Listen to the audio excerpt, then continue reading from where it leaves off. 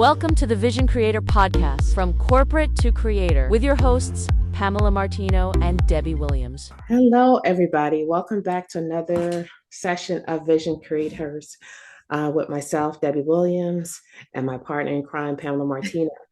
Now, this is going to be a special episode today. And in light of what's happening today, the war in the Middle East, where America is involved, we got put on our heart to lean in just a little bit. I know we're talking about what's in your hand, but today we want to talk about what's in your house, okay, for you to prepare in light of today's tragedy that's happening in the Middle East. So I was reading a book by Joshua Giles called When God Speaks, and he gives specific instructions on how to prepare for what's happening. And then also Pamela has some information as well. So we decided to take this particular episode and be more specific and be more relevant to what's happening in today's world, and how we can better prepare for what we're faced with today. So we're just going to walk through a series of items that you can look around in your house and prepare yourself for what we see is happening. We don't know the day or the hour, right? But God always tells us to prepare. And so as our audience, we felt that we needed to share with you and give you wisdom that we've been receiving about today's circumstances, which is really a tragedy, on how best to prepare. So with that said, Pamela, do you want to kick off first? So we're just going to go back and forth and just share what we learned and some ideas that you can think of. And if we've missed anything, why don't you put it in the comment section and tell us what else we can do to prepare, just in case for some reason we lose power, we lose water, we lose any of the things we come to know as basic necessity for us here in the United States. So, okay, Pamela, what you got? Yeah, no, so that's good, Debbie. And just wanted to reiterate what you just stated, and just how in our conversations that you and I have, and just talking about the essentials, right? And one of the things that we talked about when we created this platform is that we were going to be transparent to our viewers and our listeners. And so, we don't want to be preparing in the background, but we didn't inform our listeners and viewers on how they could prepare, right? And so we're all in this together. And obviously everyone knows what's going on. They're watching the news. Even if you don't watch the news, you know what's going on. You're seeing it somewhere on your social media or your notifications or what have you. And so again, we just wanted to bring the things that we're doing in preparation for shortage or anything. We basically used, like we talked about, Debbie, COVID was our teacher, right? COVID taught us. We all got caught with our pants down on COVID. No one saw that coming. Yeah. And there wasn't enough time to prepare and to get the things that, were the needful things.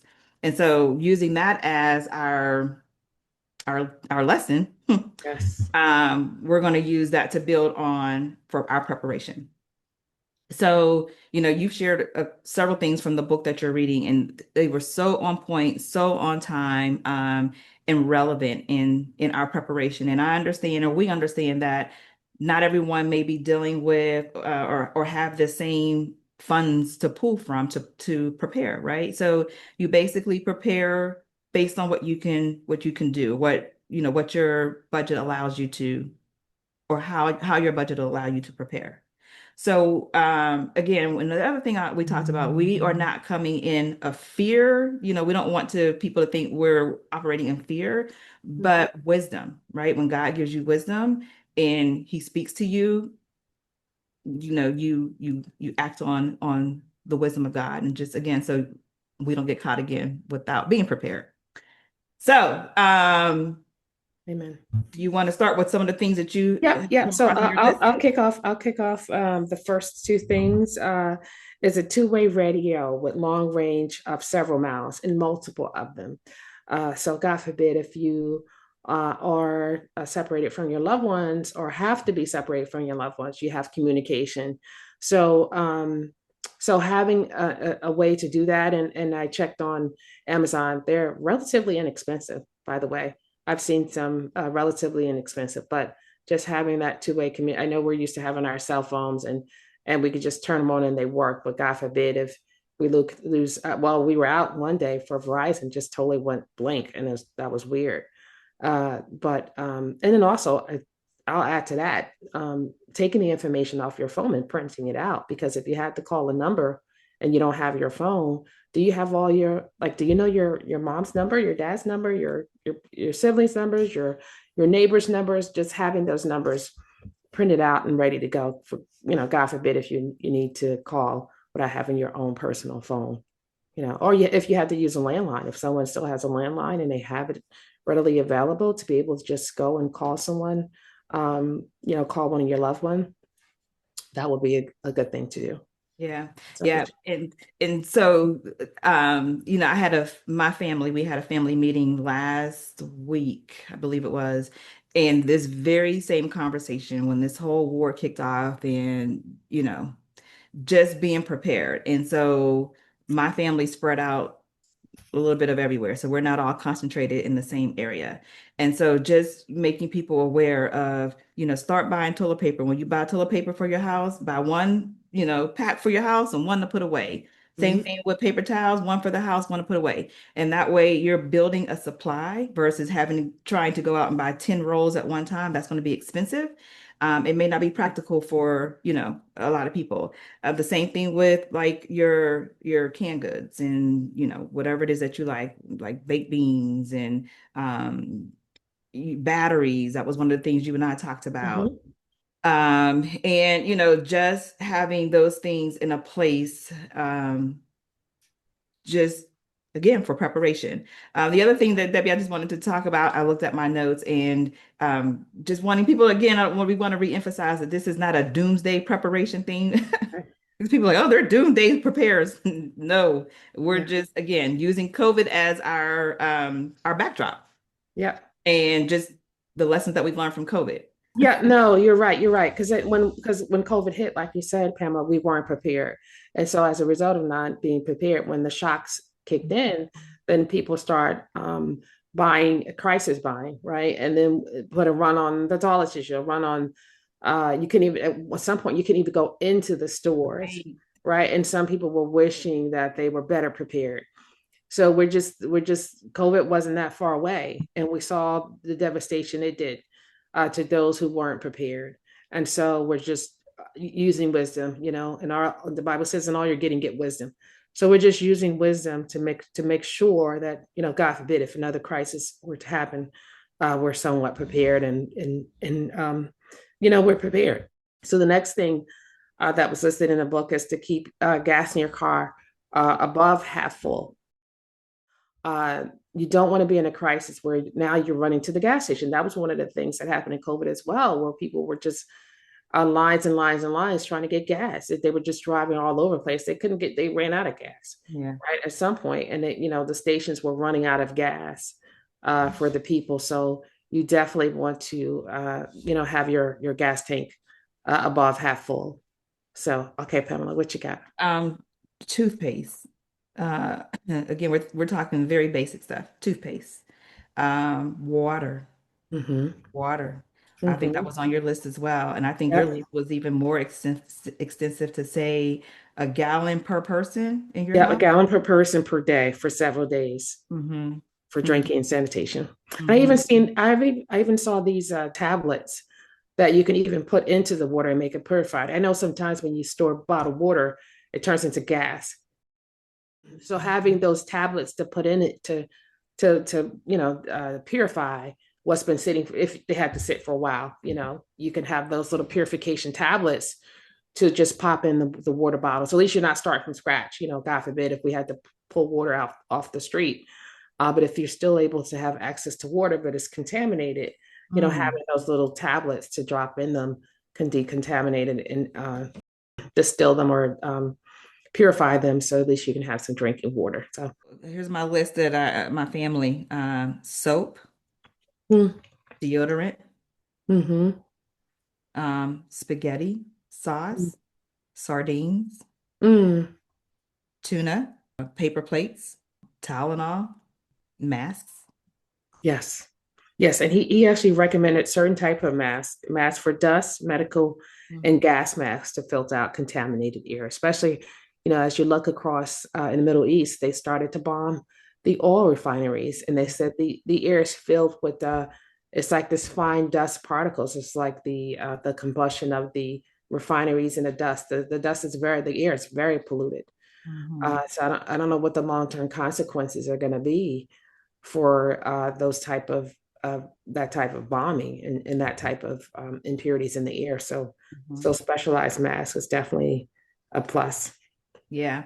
And then just, one of the other things too that we've been talking about over the last couple of days is gardening, right? And so Yes, I'm not a gardener, but I have a client who is, and he's coming to teach me and some other people how to garden and how to plant. Mhm. And so they too are, being preparing themselves to if they had to live off the land, right? And Yeah, so how to do that.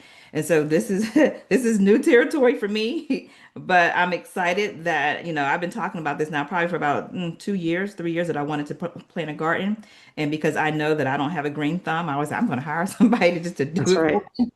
So now I'm literally here. I went out yesterday and I bought my soil and my fertilizer and all the things that he told me we were going to need for our planting. And so I plan to plant some cabbage and green peppers and strawberries and just, at some point we're going to do sweet potatoes, things again that we can live off the land. Although sweet potatoes, if we didn't have any power, I don't know, I guess we would eat raw sweet potatoes or whatever you gotta do. Yeah, But yeah, and I told my husband we need to get some gas for our grill, yes, yes, and start maybe trying to put little things like that to the side in a way to, yes, if yes. we needed to have something to cook. Yeah. And I was just going to add to that too, cooking instrument, right? So just how about a book of matches? I know we probably haven't used or just several lighters. Just think of how what they use going camping,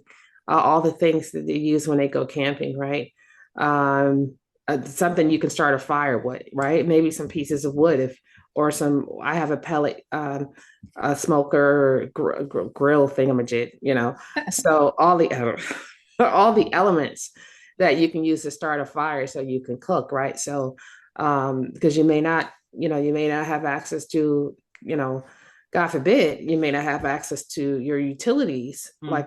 like your stove, right? So, what would you do? Or your gas, you could just go in your kitchen and turn your burner on, gas or electric. If you don't have either, right?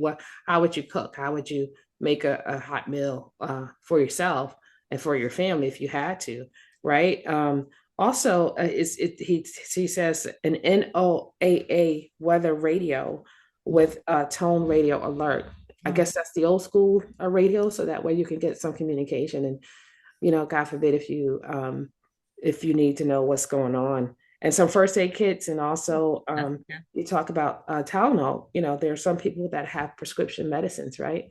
Maybe I know like when the flood or the dams broke in New Orleans, there were a lot of diabetic people and they didn't have access to their medicine for a long period of time. So they were going into diabetic shock, right? So if you're taking any kind of medications, maybe get a few extra supplies of it to ensure, God forbid, if you needed to have at least a minimum get access to your radio. Also, too, he recommended RF shielding blankets that keeps electronics safe. I've never heard of that. And matter of fact, and also EMP shield. I have no idea what that is, but um, you know, if God forbid, if something were to happen that could take out or deactivate the electronics, have something to keep your electronic safe. And then also some money, right? We talked about money, having some cash. Pamela, I'll let you go. Yeah. Yeah. So, okay, a couple things on the money. So start reducing your debt, right? And so if you're in a place where you've just been shopping or whatever the case may be, take this time now to plan out or put a plan in place to reduce your debt. And then also, you know, having cash on hand. Even again, I think that was through COVID, where was it? Yeah, that was COVID, where the people were trying to go into the bank and they could not get their money because I think it was a bank in California. I don't remember the bank name, but there was some bank in California where they had a line of people trying to get in to get money, and then they were limiting how much they could get out. And Mhm. so that's scary when you think about, I mean, of course, it's unsafe to have your money under the mattress. I'm not suggesting people Right. go and put $100,000 under their mattress, but just the fact that you have money and you know you have money in the bank, but you can't access it, Mm-hmm. right? And so purchasing a safe and putting some money in the safe. So if you had to have cash on hand, you would have access to it. Mm-hmm. Yeah. Yes. Debbie, I want to go back to you said that blanket that you were talking about. Mm-hmm. Is it electric blanket? What is the blanket? He said RF shielding blankets that keep electronics safe. So we have to Google that one because I don't Yeah. know what that is. Okay. But Okay. I don't know. Okay. But he also talked about first aid kits, fire Oh extinguisher, and yeah, also good. a whistle to signal for help. Like God forbid if you're in a situation where no one's around or you can access people, you have a whistle that you can let people know that, to self-identify yourself or just give people directionally where you are and where you're located. So, And then a generator. And oh yeah, that's right. talk about that solar generator. Yes, absolutely. A generator. So I'm not good with the gas generator thingamajig. So I move away to the more battery operated, electronic operated. So I personally have a electronic generator, not a gas one. And the one I have, you can actually connect it to your power supply. You can have an electrician come and install it. Um, and your power supply, so that I mean your panel, your electric panel. So if your power goes out, it default to your electric generator. And then also too, it has a cigarette lighter plug. So if you want to plug it and charge it to your cigarette lighter, if you can't access your home. And then lastly, it has solar panels. It has solar panels you can attach to it and put it out and sit it for hours. And it can charge out. Matter of fact, I haven't pulled it out the box yet, those panels, since the weather has changed. But it has solar panels that you can use and connect to the generator and charge it that way. So it has multiple ways to charge it. And then also it can be stored in multiple places and it's on wheels and everything is portable.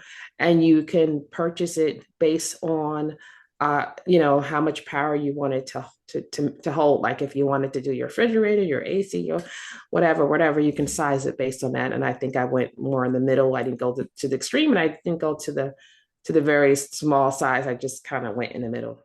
Okay, what else is on the list? Okay. Also, too, I have wrench, pliers. Oh, yeah. Um, what else? Local map. Oh, so the wrench and pliers is if you need to shut supplies, border supplies, or whatever tools. If you need to cut some things off quickly, you can get to it. Also, um, local maps, right? So we're used to using our Google Maps and our Apple Maps and stuff like that to get us around. So what if we didn't have access to those things, right? So we have to go back to, I mean, before we had those maps, before we had the cell phone, we used to use those maps and those atlases and things to get around. I remember clear as day because I remember having to look at those things. But just having local maps, local and regional maps, God forbid if you couldn't have access to your phone, how would you get around? So I thought that was a really good idea. What you think, That Pamela? is good. And the funny thing, I'm laughing over here because that has never been one of my favorite things of map. But I'm landmarks. You know that big store in the corner, you make that Mhm. right over there. So the maps would be I would be learning as I'm doing on Yeah. the map. In school they would give you the compass and you had to use Yes. your compass to kind of figure out your way as well. But when we talked about the maps yesterday, I thought, well, if you're in a new place, then maybe, but if it's in a neighborhood or area that you've grown up in, you would probably know how to navigate that a little bit Yeah. better. But yeah, if maps Yeah. is an essential thing that he says to have, Yeah. get a Yeah. map. Yeah, if you, what if, I mean, because you're down in North Carolina, your mom's in Pittsburgh, right? What if she had to drive down to you or you had to drive up to her? Would you know how to get there? I mean, Absolutely. I've made that drive 100%. I could do it with my eyes closed, but yeah. yeah, another thing he said, can openers, right? So I have a couple of manual, but a lot of our appliances and stuff are electronic, right? We Mhm. just pull out, our electric this or electric that, right? So just imagine not having electricity and how would you if you could just survive and even like you said, sardines, right? I mean, I know they pull back or something like that. Hmm. I did see online the army food. I forget what it's called, and I was like, I heard that stuff is disgusting, but maybe having a few packs of that, that survival food, um, if you can't garden, if you can't do some of the other things, if you can't even rack up on supplies, maybe just get some packs of survival food, just for sustenance. Yeah. That's an option. Yeah. And we talked about in the outdoor section at probably any, big box store, you Hmm. could get like the little two burner like a camper. They have like the little gas things and you have just like a Hmm. burner and it's not electric or anything. It's just a gas and it has a little can and you can have like a little 2-eye burner and if you need to, make something there. But yeah, I mean, of course the list can go on and it's not an Yeah. exhaustive list, but again, we just wanted to inform the Yes. people of things that we're doing and just preparation. And by the way, those sardines, I guess you too bougie. You hadn't had no you haven't had no sardines. Mama used to make us eat those on New Year's Eve, going into because it means that you would swim through the new year. So we used to eat those as kids, and we like, oh, they were disgust. They were good, Oh, disgusting. It was like, but I mean, hey, if you had to survive, you'd be eating those sardines with some Ritz crackers and but you got that right, honey. You got that right. so, but in Jesus' name, here's, Absolutely. we pray protection over everyone. Yes. And that, if it ever came to that level of, having to depend on the land to survive or, your whatever you decide to stash away, that we'll have enough. There will be enough. And even so you can help your neighbors. And even that may be something you might want to consider is if you're really good friends with your neighbor, you guys prepare together. And so they Yeah. get toilet paper, you get paper towels. Yeah. And so that way the burden isn't on just one person to, have to purchase everything. And Debbie, you and I talked about the other day, if nothing happens, you still Right. have a stash, right? Absolutely. Because shortage may come in another way, right? You might lose your Absolutely. job, like we've talked about many times on Mhm. the podcast. And again, you're not caught out there with not having some way to sustain your family. Absolutely. Absolutely. Yeah, definitely. Just think outside of the box. Just think about your daily living and your daily lifestyle. If it was to shift drastically overnight, what would be like? I know some people got to have their morning coffee, right? I don't know how you would. I don't know. That's how it got me thinking. Like, oh, how would I get my morning coffee, right? Um, but just the little things and just think about your family and if you have elderly parents Mm. like who can't or not mobile, right? How would you be able to help them? And so not only think about what's in your house, but think about what's in your extended family's house, and are they prepared for God forbid if they couldn't get to you, you couldn't get to them. What should they have close to them as well and locally as well? And to your point, Pamela, in some instances, it's going to take a communal activity to make Yeah, this possible. Like you said, not everybody can, do a full supply, a full stock of these things, right? They just, especially with the price of everything going up significantly, everything. Yeah, it's, right now it could be financially impossible to purchase all this stuff, right? So, to your point about partnering, uh, to partner with your neighbor, with your family members, so that way you can all kind of share and absolutely. collectively survive together. So I think we've covered everything, or mostly everything, and the Yeah. essentials, like you said. What do you think? I think so. I think we gave the basic essentials, right? Mhm. And again, there may be some things on our practical list that we missed, right? Yeah, But um, it at least get people started, right? And as we continue to do absolutely. our own individual investigation of the needful things, that list will expand. But we wanted to at least bring some of the things that we've talked about, some of the things that we know that we need to have in Yeah, our homes in preparation for um, the what ifs. And I shouldn't even say the what ifs because there's always a what if, but just in being and prepared in case of, maybe it's the better language to yeah. use.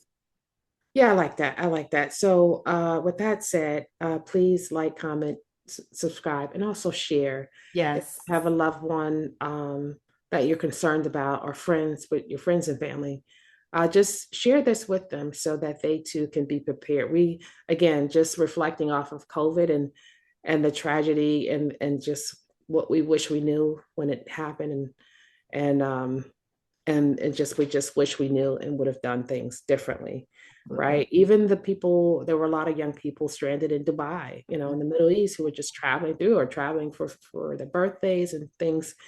And just listening to their stories, and how they wish they knew, and they didn't, right? And they made the best of their situation, and thank God was with them the whole time, and several of them made it back safe. But there's still a lot of people that are still stuck in the Middle East and can't get home. So just again, moving with wisdom is all we're asking, and we're trying to help you do that. But definitely share with your family and friends and neighbors this list. And also, if we've missed anything, just drop a comment, and so that could be shared with others as well. Yeah. So with that said, Pamela, anything else? That's it. I think we have accomplished what we came to accomplish today. And we wish everyone to have a great day. And we will be back soon with something new to share. Yeah. Okay. So